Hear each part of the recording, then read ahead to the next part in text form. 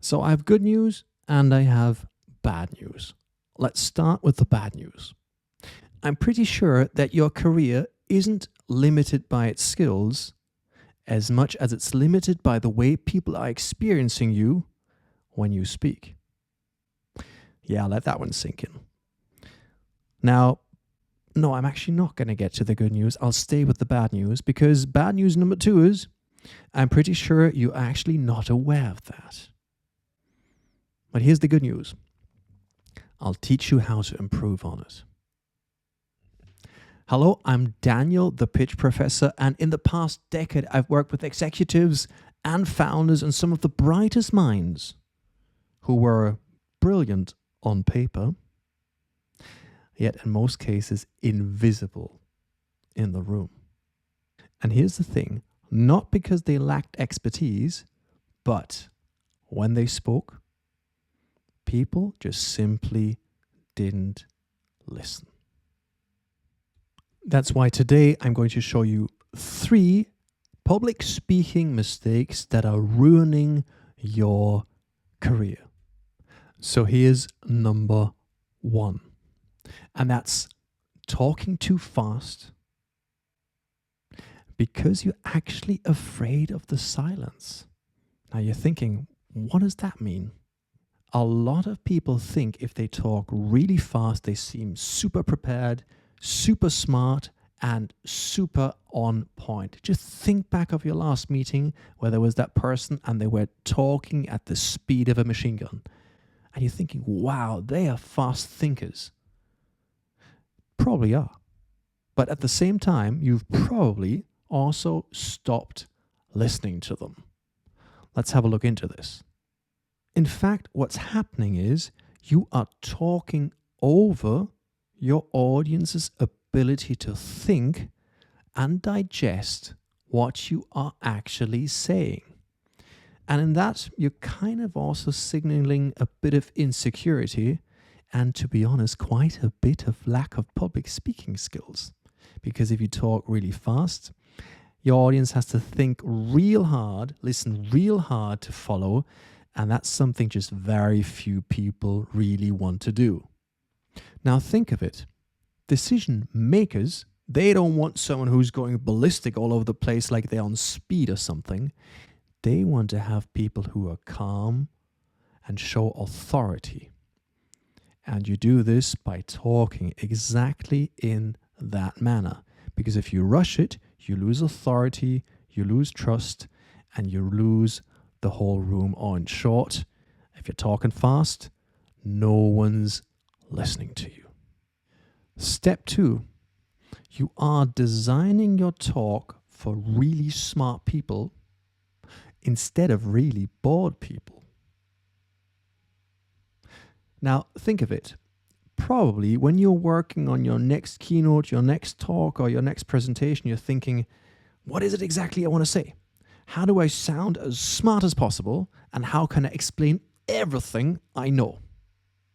And here is the crucial mistake, because your audience probably doesn't want to hear you because they're already distracted. They've probably heard a ton of speakers before you, maybe some really good ones. And to be honest, they're not really that keen to listening to you. So digest that.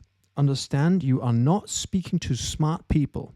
I mean, hey, they can be as smart as they want, but probably they'll be quite bored, probably also quite uninterested, probably maybe on the verge of falling asleep. If you work off that assumption, you'll be very safe because you'll be able to switch them on. Now, you need to understand, simplicity will always beat brilliance. Structure will always beat information, and emotional clarity will always beat intellectual completeness. What does that mean? Well, just reflect on that. Think about how often you watch some idiot on social media doing something absolutely batshit stupid instead of to listening to a talk of some highly smart, highly accomplished university professor. See what I mean? You'd rather listen to some dipshit doing something really stupid and you're amused, but you're hooked, instead of listening to the smartest person on the planet. And that's the problem. Just look at your timeline. Look at some of these people you're actually curious about. And, look for how many of them actually have an amazing degree. And then there's a few like Neil deGrasse Tyson. But that's a different topic. But I hope I rung your bell there. And with a bit of a drum roll up here, step 3.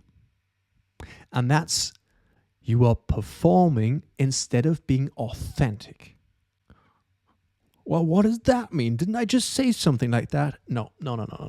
With that I mean, please do not practice gestures. Please do not rehearse some kind of poses or try and play your favorite TED talk, be your most favorite performer on stage. And please do not film yourself and then try and optimize the tidbits. Because what's going to happen with that? Yep, you may have come up with that. If not, I'll tell you. You are focusing on something from the outside. You're trying to look too perfect. In other words, you're not going to look authentic. The most important thing on stage is be authentic. If you rehearse body language, you will not look authentic. Think of all of these, the sun is shining up. Together we shall let my heart reflect. And please comment, like, and subscribe down there.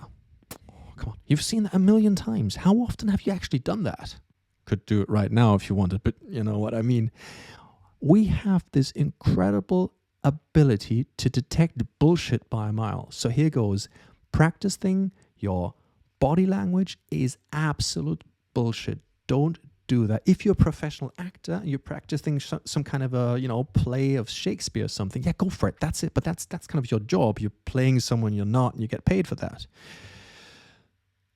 But you are meant to be authentic. People are meant to believe in you. And if you put on some kind of a play that's not authentic, it's not going to look real. And you're going to focus on something on the outside. And you're going to say, but Daniel, all these trainers on the interwebs told me to do exactly that. Well, then fuck them. They're wrong. Yes, I did say that. I do not believe in that. However, I do believe in body language. Now you're going, what does that mean again? That means I believe that body language always follows you.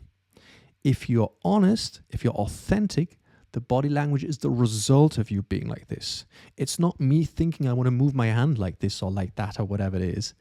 So understand that. Just be you. Let yourself flow. Be calm and confident and be authentic in your message. Try and understand that the other side is really not interested in listening to you until they really get interested in listening to you. Let that one sink in. Give them time to think. And the most simplistic part is really, really, really be authentic. And the fun fact is, that's why I always shoot these videos in one take. Why? Because I don't want to fucking overthink these things. I just want to sit down. I want to tell you what I believe in. I want to talk about my message as if I were sitting at a bar with you having a one-on-one conversation, as I might be having right now. Or not. Maybe I'm just seeing you on your toilet. So in that sense, if you're on the toilet and you happen to push the like button, please do wash your hands first. Anyway, it was a pleasure. Thank you very much. Take care, stay safe, and speak to you next time. Bye-bye.